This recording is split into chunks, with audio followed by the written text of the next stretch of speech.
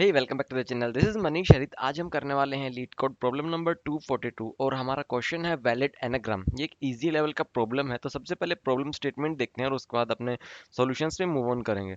तो प्रॉब्लम क्या बोलता है, you are given a two strings S and T. हमें ट्रू रिटर्न करना है अगर जो स्ट्रिंग एस है वो एनाग्राम है। अब एनाग्राम होता क्या है एक बार वो समझते हैं। एनाग्राम हम उस वर्ड या फ्रेज को बोलते हैं जिसके लेटर्स को अगर रीअरेंज करें और हमें सेम वही वर्ड मिल जाए जो कि हमने स्टार्टिंग में यूज करा था।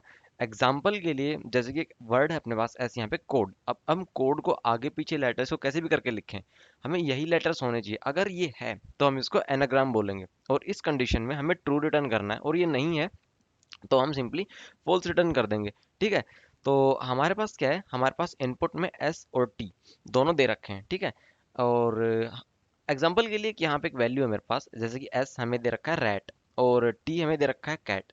तो अगर हम देखेंगे जो रैट है अगर उसको हम रीअरेंज करें रीफ्रेज करें कैसे भी करके, तो जो कैट वर्ड फॉर्म नहीं होता ना, कैट वर्ड से हम रैट नहीं बना सकते, तो इसके लिए हम रिटर्न करेंगे फॉल्स, क्योंकि वो वर्ड सही नहीं है अपने लिए। एक और एग्जांपल ले लेते हैं। हमारे पास वर्ड दिया गया है कोड। अब इसका एक रीफ्रेजिंग दिया गया अपने को ओ सी डी ई। अगर हम इसको रीअरेंज करें तो हमें कोड मिल सकता है, क्योंकि सेम जो करेक्टर्स हैं हमने यूज करे हैं। इसके लिए हम ट्रू को रिटर्न करेंगे। तो इस तरीके से कुछ एग्जांपल्स हैं। अब आपको पता लग गया होगा हमें किस कंडीशन में ट्रू रिटर्न कराना है और कहाँ पे फॉल्स रिटर्न कराना है। तो इस क्वेश्चन की अप्रोच देखते हैं। हमें स्ट्रिंग एज ए इनपुट दिया गया है। ठीक है, तो एज ए रो सॉल्यूशन सबसे पहले हम क्या करेंगे, जो स्ट्रिंग है ना उसको हम कैरेक्टर एरे में चेंज करेंगे। हर एक कैरेक्टर को डिवाइड कर देंगे। जैसे कोड था ना अपना सी ओ डी ई, एक अलग अलग एरे बना लेंगे हर एक के साथ में। ठीक है, अगला स्टेप अपना क्या होगा, अब हम उस एरे को शॉर्ट करेंगे। शॉर्ट करने के बाद कंपेयर करेंगे जो एस और टी है अपना, अगर दोनों सिमिलर है तो हम ट्रू रिटर्न करा देंगे, नहीं तो फॉल्स रिटर्न करा देंगे। ये एक अप्रोच है। अब यहाँ पे हम शॉर्टिंग एल्गोरिथम यूज करेंगे, और अगर हमें ऐसा नहीं करना है तो हम डायरेक्टली जो है हैश मैप का यूज कर सकते हैं कॉम्प्लेक्सिटी को कम करने के लिए। सबसे पहले हम अपनी ब्रूट फोर्स अप्रोच देखेंगे जो कि शॉर्टिंग वाली है, और उसके बाद हैश मैप देखेंगे। तो जल्दी से अपने कोड पे चलते हैं और इसको सोल्व करने का ट्राई। तो सबसे पहले जो हमारे पास दो स्ट्रिंग्स दी गई हैं उनको हम जल्दी से एरे के अंदर कन्वर्ट कर लेते हैं। एस कैरेक्टर से हम एस स्ट्रिंग को रिप्रेजेंट करेंगे, और सिमिलरली हम जो अपना टी है उसको भी चेंज कर लेते हैं।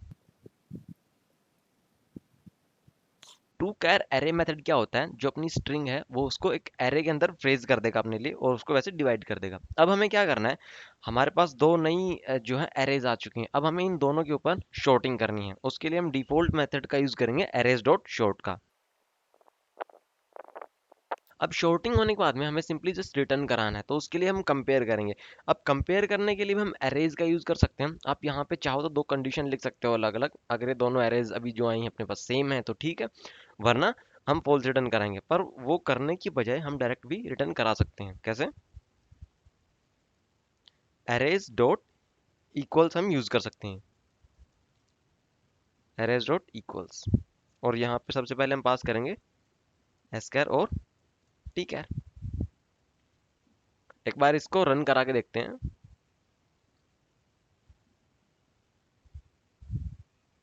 तो अपना कोड यहाँ पे रन हो चुका है। मैं एक बार इसको सबमिट करके देखता हूँ कि क्या ये सबमिट हो पा रहा है। ओके, तब तक हम इसकी टाइम कॉम्प्लेक्सिटी की बात करते हैं। यहाँ पे हमने एक एरे फॉर्म किया है जो कि अपना स्पेस लेगा एन, जितना भी साइज होगा स्ट्रिंग का उसके बेस पे। और हम यहाँ पे शॉर्टिंग एल्गोरिथम यूज कर रहे हैं एरेज का। शॉर्टिंग की टाइम कॉम्प्लेक्सिटी इस वाले मेथड की क्या होती है, एन log n।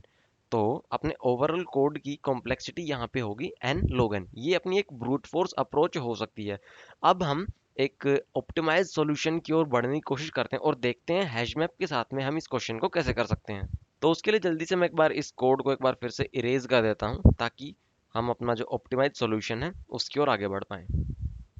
ठीक है, तो सबसे पहले हम यहाँ पे क्या करेंगे, जो दोनों स्ट्रिंग्स है ना एक बार उनकी लेंथ को कंपेयर करा लेते हैं। लाइक जितने वर्ड्स अपने पास स्ट्रिंग एस में है उतने ही टी में है क्या, अपने कोड का टाइम थोड़ा रिड्यूस करने के लिए। तो उसके लिए इफ कंडीशन लिख लेते हैं जल्दी से, S dot length is not equals to T dot length, और अगर ऐसा है तो हम रिटर्न फॉल्स करा देंगे, return false. Okay, return false. Okay, और यहाँ पे ये मैंने मिस कर दिया, थोड़ा सा सिंटैक्स इशू। ठीक है, और इसके बाद में हम जो है अपना एक मैप बना लेते हैं, हैश मैप बना लेते हैं, और उसके अंदर हम फिर वैल्यूज को पुट करेंगे और फिर वहां से कंपेयर कराएंगे कि लाइक अगर हैश मैप के अंदर वो वैल्यू प्रेजेंट है तो ठीक है, वरना हम डायरेक्टली फिर से फॉल्स रिटर्न करा सकते हैं। मैं एक हैश मैप बना लेता हूँ। अब हम क्या करेंगे, जो अपनी स्ट्रिंग है एस, वहां से एक एक कैरेक्टर को इस मैप के अंदर पुट करेंगे, और इस स्ट्रिंग को एरे में चेंज करने के लिए हम अपना वही जो हमने पहले यूज करा था, टू कैर एरे मेथड, उसका यूज करेंगे। तो मैं इसके लिए एक फॉर ईच लूप लिखता हूँ।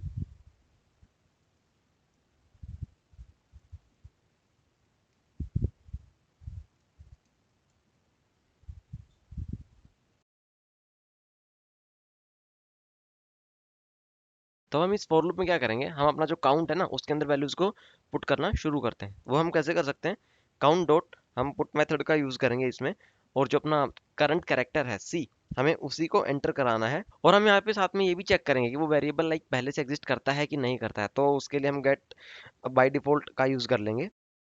अगर डिफॉल्ट है तो उस कैरेक्टर को उठा लो, और अगर नहीं है तो जीरो के साथ में वन से हम इंक्रीमेंट करा देंगे, ठीक है। अब हम यहाँ पे एक और फॉर लूप लिखेंगे, जो अपना टी वेरिएबल है ना, दूसरे वाला टी, दूसरी स्ट्रिंग अपनी उस वाले के लिए, ताकि हम वहाँ पे कंपेयर करा पाए। तो थोड़ा सा काम इजी करने के लिए मैं एक बार इसी कॉपी कर लेता हूँ, और यहाँ पे इसको चिपकाते हैं।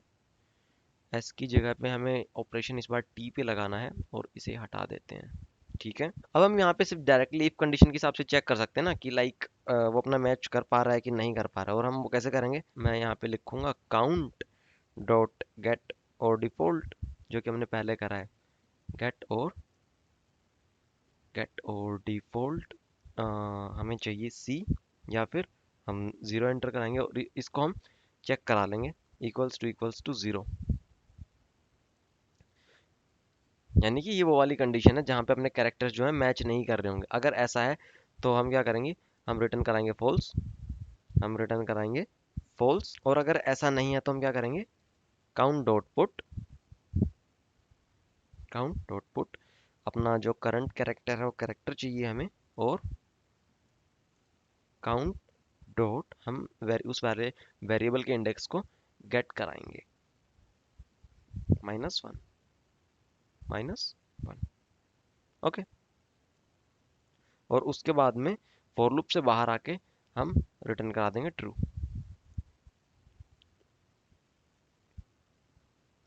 तो इस वाले में क्या हो रहा है, हम एक हैश मैप यूज कर रहे हैं, और वहां से की पेयर की बेसिस पे हम वैल्यूज को कंपेयर करा रहे हैं कि वो इक्वल हैं कि नहीं है, जो अपना एनग्राम नंबर है उसके बेस पे। तो एक बार इस कोड को रन करके देखते हैं।